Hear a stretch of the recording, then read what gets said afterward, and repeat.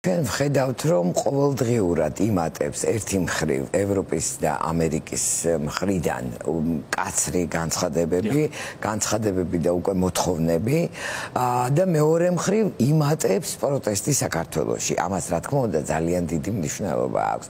როდესაც ჩვენი პარტნიორები ხედავენ, როგორ არის საზოგადოების უმეტესი ნაწილი უკვე წინააღმდეგი და არ აღიარებს ამ არჩევნებს, რა თქმა უნდა ეს მათ გადაწყვეტილებებს მოქმედებს, იმიტომ რომ ისინი დემოკრატიული ქვეყნების წარმომადგენლები არიან და მათთვის ხალხის ას დიდი მნიშვნელობა აქვს.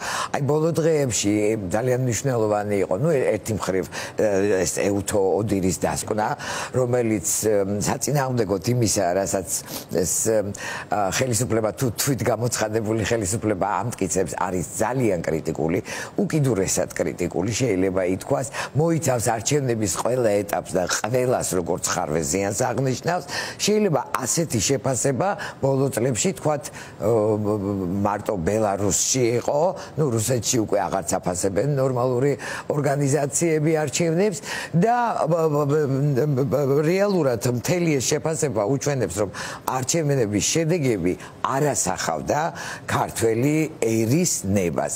ეს იყო ის, რაც სხვა შორის სამოქალაქო ორგანიზაციებმა პირველივე ღამეს ვთქვით.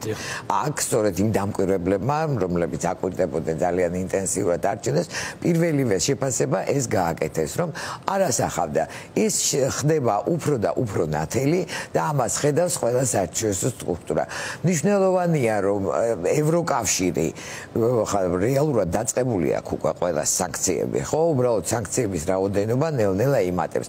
ევროკავშირისთვის სანქციების დადება ესეთი ადვილი არ არის, მაგრამ ის გადაწყვეტილება, რომელიც მათ მიიღეს, რომ მოხდება სწორედ დიპლომატიური პასპორტების მქონე პირებისთვის შეჩერება ამ ვიზისა, ის ძალიან მნიშვნელოვანია. ეს ნიშნავს, რომ ისინი უკვე არ აღიარებენ მათ როგორც ოფიციალურ პირებს და არ აძლევენ მათ საშუალებას ასე საერთაშორისო კავშირებისა.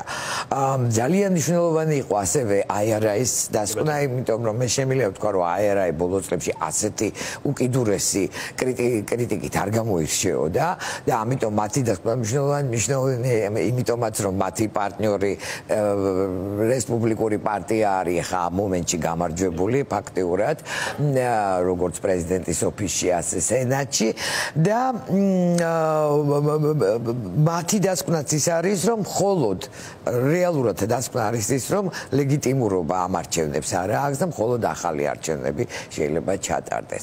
პარალელურად მიდის რა თქმა უნდა მუშაობა იმ ადამიანის უფლებათა დარღვევებზე და ეს არანაკლებ მნიშვნელოვანია ყველა ჩვენი დასავლელი პარტნიორისათვის, იმიტომ რომ ის რაც ხდებოდა თბილისის და სხვა ქალაქების ქუჩებში ეს უკიდურესი სისასტიკე და ის როგორც ეს სისასტიკე გაგრძელდა, ანუ ეს ასე თქვა ჩეკრული ჯაჭვი და დაპატიმრება, წამება ქუჩაშივე, შემდეგ გადაცემა პოლიციისთვის, რომელიც განაგრძობდა მათზე ზეწოლას და ბოლოს სასამართლო, რომელიც აპრიორი მცოდნე იმისა, რომ ეს ადამიანი იყო დაზარალებული და დასახიჩრებული, მაინც იღებდა გადაწყვეტილებას მის წინააღმდეგ და ასევე იმის ძალიან კარგად გააზრებით, რომ ის პოლიციელები, რომლებიც იქ აძლევდნენ ჩვენებას, იძლეოდნენ ფაქტიურად სრულ ჩვენებას, მიუხედავად ამისა ეს მოსამართლეები იღებდნენ გამამტყუნებელ განაჩენს. ეს ნიშნავს, რომ ეს სანქციები გავრცელდება არა მარტო ასე ვთქვათ ოფიციალურ პირებზე, არამედ გავრცელდება იმ მოსამართლეებზე. დაწყებულია რა თქმა უნდა სანქციები მოსამართლეებზე, მაგრამ ეს სია გაცილებით უფრო დიდი იქნება. თითოეულ მათგანს უნდა ესმოდეს ერთი მხრივ თავის პასუხისგებლობა საქართველოს მოქალაქეების მიმართ, მეორე მხრივ კი ის რომ მათი საერთაშორისო ცხოვრება შეიძლება ითქვას რომ ჩაიხურება. ეს კარგად უნდა ესმოდეს მათაც და მათ შვილებსაც სხვათა შორის. ქალნაკეთი მინდა გკითხოთ პრეზიდენტის როლზე ამ პროცესში. გუშინ მან თქვა რომ მოკლედ რეჟიმს აქვს ორი არჩევანი, ან ჩანიშნოს ახალი არჩევნები, ან ის მაინც ჩამოიშლება შეშლება. აი ეს ორი ალტერნატივა აქვს, ასე ვთქვათ, არჩევანს აკეთებს ივანიშვილი ამ ორ მოცემულობას შორის. საერთოდ მე მინდა ვთქვა, რომ პრეზიდენტი ძალიან სერიოზულ როლს ასრულებს განსაკუთრებით ბოლო თვეებში მთელ ამ ასე ვთქვათ განვითარებაში და პოლიტიკაში და აჟღერებს ფაქტიურად ხალხის მოთხოვნას. დღეს არის ორი ძირითადი მოთხოვნა. ყველა პატიმრის რეალურად პოლიტპატიმრის გათავისუფლება და ახალი არჩევნების დანიშვნა. ის ძალიან სწორს აკეთებს, რომ აკეთებს აქცენტს სწორედ ახალი არჩევნების დანიშვნაზე. ამის გარეშე სახელმწიფო მართლა შეიძლება ჩამოეშალოს. მე არ ვიცი ხა რას ფიქრობს ბიძინა ივანიშვილი, არ ამგონია რომ ესე ადვილად დათანხმდეს კომპრომისს, მაგრამ ადრე თუ გვიან მოუწევთ. ადრე თუ გვიან მოუწევთ, იმიტომ რომ იმათი რაოდენობა, რომელიც დაარწმუნდა არჩევნების სულ გაყალბებაში და ამ ხელისუფლების არალეგიტიმურებაში კი არ იკლებს იმატებს ყოველდღიურად. რამ შეიძლება უბიძგოს ივანიშვილს რომ წავიდეს დათმობაზე, იმიტომ რომ ამ ეტაპზე პრინციპში ვერ ვხედავთ ასეთ სიგნალს. ეხა ეს ძნელი სათქმელია. აი ერთი ზეწოლა შიგნით, ზეწოლა გარეთ. ხედავთ სამწუხაროდ რომ ბოლო წლებია ძირითადი ვისაც ის ანგარიშს უწევს და ვისიც ეშინია არის პუტინი. ასევე ბაძავს და უფრო მეტად ბადავს აი ამ ბოლო 2 წლის მანძილზე. პუტინის დახმარების იმედი. როგორც ჩანს აქვს ჩინეთის იმედი და აქვს ულტრა მემარჯვენეების იმედი ევროპაში და ამერიკაში. მაგრამ ეს მისი მოლოდინები ესე ადვილად მე იმედიმე ყოველ შემთხვევაში არ გამართლდება. ალბათ პირადი სანქციების, ოღონდ ძალიან გაფართოებული პირადი სანქციების გარკვეული შიში შეიძლება სახაზინო, ასევე მისი შვილები, როგორც ვიცი, დასავლურ ქვეყნებში ცხოვრობენ უმეტესად. და სრულიად ლეგიტიმური იქნება მათთვისაც ამ სანქციების დაწესება. არ ამგონია ისინი კმაყოფილები დარჩენ ამის სანქციებით საბოლოოდ. ალბათ ეს, ეხლა მე სამწუხაროდ ვერ ვიტყვი რომ ჯეროდეს იმისი რომ მას ან სინდისი შეაწუხებს ან ადამიანობა შეაწუხებს აი ესეთი დასახირჩებული საქართველოს საუკეთესო ახალგაზრდების დანახვით ან აი ეს წარმოუდგენელი სოლიდარობა და ერთიანობა რომელიც არის დღეს თბილისის და სხვა საქართველოს ქალაქების ქუჩებში ხა მე არ ვიცი მე მგონი არაერთმა ადამიანმა იტირა ვინც უყურებდა ხორუმს ეს იყო ეროვნული ენერგიის წარმოუდგენელი გამოვლინება ეხლა როდესაც ხედავ რომ რეალურად საქართველო იქ არის. საქართველო იქ არის და აქეთ არის სამწუხაროდ არალეგიტიმური დაჯგუფება მე ვიტყოდი, რომელიც ეჭიდება ძალაუფლებას, ეჭიდება ფულს და არ უნდა გაახილოს თვალი და დაინახოს ის რომ მათ უნდა დაუთმონ ქართველ ერს, მათ უნდა დაუთმონ საქართველოს. ხაუნაკეთ ვსაუბრობდით პრეზიდენტის როლზე გუშინ მან ასევე ახსენა საბჭო რომელიც აი არჩევნების მომზადების პროცესში იქნება ჩართული. მესამე სექტორის როლს თუ ხედავთ ამ პროცესში, თქვენი ფონდის, თქვენი ექსპერტიზა, თქვენი მკვლევრები, აი რა კონტრიბუცია შეიძლება გქონდეთ ამ ნაწილში და ზოგადად წარმოგიდგენთ. პრეზიდენტს ერთი ძალიან საინტერესო თვისება აქვს, რომ რაღაც მოულოდნელ რაღაცებსაც ამბობს, რაც ძალიან კარგია. როგორც ჩანს თვითონ მოფიქრებული აქვს, მაგრამ ბევრმა არ იცის ხოლმე წინასწარ. ოღონდ მე არ ვიცოდი ამ საბჭოს შესახებ. მე მგონი ძალიან კარგი იდეაა, იმიტომ ჩვენ ყველას გვესმის ახალი არჩევნები აუცილებელია, მაგრამ ვინ შეიძლება ჩაატაროს ახალი არჩევნები? რა თქმა უნდა, თამამად ვიტყვი, გამყალბებელი კალანდარიშვილი ამ არჩევნებს ვერ ჩაატარებს. ამიტომ იქნება საჭირო რაღაცა ცვლილება. დიდი სისტემური ცვლილება ძნელი წარმოსადგენია. ამიტომ თავისთავად ფართო საბჭო, რომელიც იმუშავებს კანონმდებლობის სასწრაფოდ გაუმჯობესებაზე და აგრეთვე საარჩევნო ადმინისტრაციის დაკომპლექტებაზე, რა თქმა უნდა, კარგი იქნება. მთავარი აქ უნდა იყოს ის, რომ ის ახალი საარჩევნო ადმინისტრაცია, რომელიც დაკომპლექტება მართლანდობას იმსახურებდეს. არ იყოს დაკავშირებული არც რეალურად იმართებოდა ოცნებით, არც ოცნებასთან და არც უშუალოდ ოპოზიციურ პარტიებთან. ეს უნდა იყოს რაღაცა დამოუკიდებელი სტრუქტურა მართლაც და დამოუკიდებელი თავმჯდომარით. ეს არ იქნება ადვილი და ამიტომ ძალიან სერიოზული, ესე იგი, ინტელექტუალური მუშაობა საჭიროა გარდა იმ თავდადებული ბრძოლისა, რომელსაც დღეს ქუჩებში ვხედავ. აი ქუჩაზე გითხარით პროტესტი, რომელიც რომელიც ერთი თვე გახდება, მალე რაც გრძელდება, შოკის მომგვრელი კადრები ვნახეთ, ძალადობა ადამიანებზე დასახიჩრებული ახალგაზრდები, მაგრამ პროტესტი მაინც გრძელდება.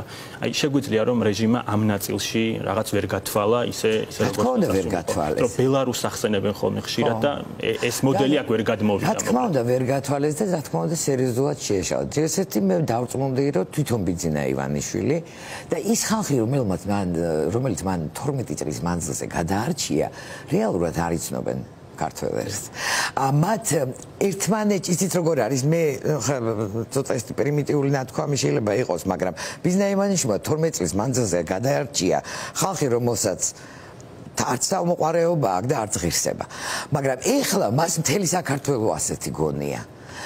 და ვერ წარმოიდგინა, რომ აი ეს სიმხეცე და ეს დაუნდობელი მოპყრობის ჩვენება კი არ შეეშინებდა ხალხს და სახლებში შეიყვანდა, რომ პირიქით გამოიყვანდა მეც, რომ აღაშფოთებდა მოქალაქეებს. მათ არ ესმით რა არის სოლიდარობა და სოლიდარობა აღმოჩნდა, რომ ძალიან მნიშვნელოვანია საქართველოში. ხო და რეალურად ძალიან დიდი შეცდომები დაუშვეს. ასევე გაყალბებული არჩევნების შემდეგ მაგალითად ირაკლი ობაღიძემ პირდაპირ გამოაცხადა, რომ წვეთ ევროპასთან ურთიერთობას. მათ ეგონათ, რომ ცოტა ჩაწეული იყო ტალღა პროტესტის, მათ ეგონათ, რომ ხალხი დაიღალა, ხალხს აღარ აქვს პროტესტის გზნობა და ბარემ ბოლომდე მივიყვანთ იმას, რაც როგორც ჩანს ეს ბოლო წლებია უკვე ჩაფიქრებული ქონდათ. რა თქმა უნდა არ ელოდნენ ესეთ პროტესტს და მით უფრო რაც უფრო მხეცურად ეპყრობოდნენ მოქალაქეებს, ამ საუკეთესო ახალგაზრდებს მე ვიტყოდი, მით უფრო მეტი აღშფოთება გაჩნდა საზოგადოებაში. ხა ისეთ ხალხმა ამოიღო უკვე ხმა, რომელსაც მართლაც ვერ წარმოვიდგენდით და მართლაც პირდაპირ კავშირში გვეგონენ თქვათ ოცნებასთან. აქ არის ერთი მომენტი. რა თქმა უნდა ისინი ეცებიან რომ არჩევნები არ დანიშნონ, იმიტომ რომ მე რასაც ვაკვირდებოდი რეალურად მათ ჰქონდათ 30-დან 35%-მდე. დანარჩენი ნაწილი ზეწოლით, განსაკუთრებით საჯარო სექტორზე ზეწოლით გადაძეს, დიდი ნაწილი გაღალბებით. ეხლა ესეც შემცირებულია. მათ 30%-იც აღარ ექნებათ. მე ეხლა სანდო კვლევები არ მინახავს, მაგრამ რასაც ვხედავ, ამაში ვარ დარწმუნებული. ამიტომ რა თქმა უნდა 20%-იანი მხარდაჭერით ისინი ეცდებიან ყველანაირად რომ არჩევნები არ დანიშნონ, მაგრამ აქედან უნდა ჩანდეს მტკიცენება საზოგადოების მხრიდან და სერიოზული მხარდაჭერა პარტნიორების მხრიდან, რაც არის პრინციპში. ბოლოს მინდა გკითხოთ, შეიძლება საერთოდ არ გქონდეთ გამოხმაურების სურვილი, ფონდის მიმართ წარმოებულია ეს პროპაგანდა რეჟიმის მხრიდან. პროპაგანდისტული მედიები აკეთებენ სიუჟეტებს თქვენ ფონდთან დაკავშირებით, მოკლედ ეძებენ ლიდერს, ვინ დგას აი ამ პროტესტის უკან და ვერავის ვერ მიაგნეს. აი როგორ აღიქონ? საინტერესოა და პირიქით მადლობა რომ ეს გკითხეთ. ესე იგი, აი როდესაც ვამბობთ რომ არ ესმით რა არის ღირსება და არ ესმით რა არის სოლიდარობა. არაფრით არ უნდათ დაიჯერონ, რომ ეს არის საერთო სახალხო პროტესტი. არც თვითონ უნდათ დაიჯერონ და ასევე უნდათ რომ თუ კი დარჩათ მხარდამჭერები, ისინი დაარწმუნონ იმაში, რომ ეს არ არის სახალხო პროტესტი. არადა ის არის აშკარა თვალნათელი. მე არც მინახავს ასეთი პროტესტი საქართველოში, რომელსაც არც ერთი პარტია არ მართავს და არც ერთი ორგანიზაცია არ მართავს.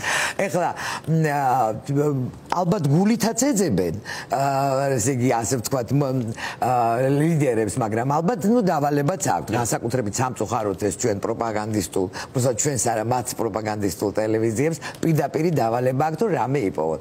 როგორც ჩანს, ჩვენი ფონდი, ასე ვთქვათ, ცოტა ადვილი სამიზნეა და იმიტომ რომ ჩვენთან იქ რა თქმა უნდა იკრიბებიან ახალგაზრდებიც იკრიბებიან, არასამთავრობოებიც იკრიბებიან. ჩვენ ვართ ფონდი, რომელიც სამოქალაქო საზოგადოების განვითარებას ემსახურება. ხო, ჩვენ სოროს ფონდი არც არასოდეს გვრქმევია და ეხლა სამოქალაქო საზოგადოების ფონდი ხდება. მაგრამ მე რა მინდა ვთქვა, როდესაც ახალგაზრდები გთხოვენ რომ დაგვითმეთ რა სივრცე, გვინდა საუბარი ჩვენს გეგმებზე, ვეუბნებით კი ბატონო. როცა არასამთავრობოები გთხოვენ, ვეუბნებით კი ბატონო, ჩავატაროთ ბრიფინგებსაც ხშირად მართავთ, მოვდივართ. მაგრამ ეს არაფრის ორგანიზება და დაფინანსება და დაგეგმა არ არის. ხა მაგალითად იგივე დაიტოვეს, საერთოდ არ ქონია ჩვენი გრანტი, ხა არასამთავრობოებს ქონიათ. არა, მაგრამ როდესაც გთხოვეს რომ თუ შეიძლება ერთ შეხვედრას, მაგრამ ეს არის ეს ერთი მხრივ ის რომ ვერ იგებენ რას ნიშნავს ეს, რომ ხალხი მზად არის ჯანმრთელობის, ხანდახან სიცოცხლის ხარჯზეც კი იდგეს ქუჩაში და გამოხატოს პროტესტი, არ ესმით. მათ უნდა წარმოედგინონ, როგორც თვითონ ეს ხალხიც დაფინანსებულია, ვიღაცის შეშინებულია, ვიღაცის მოტყუებულია. ეს ესე არ არის.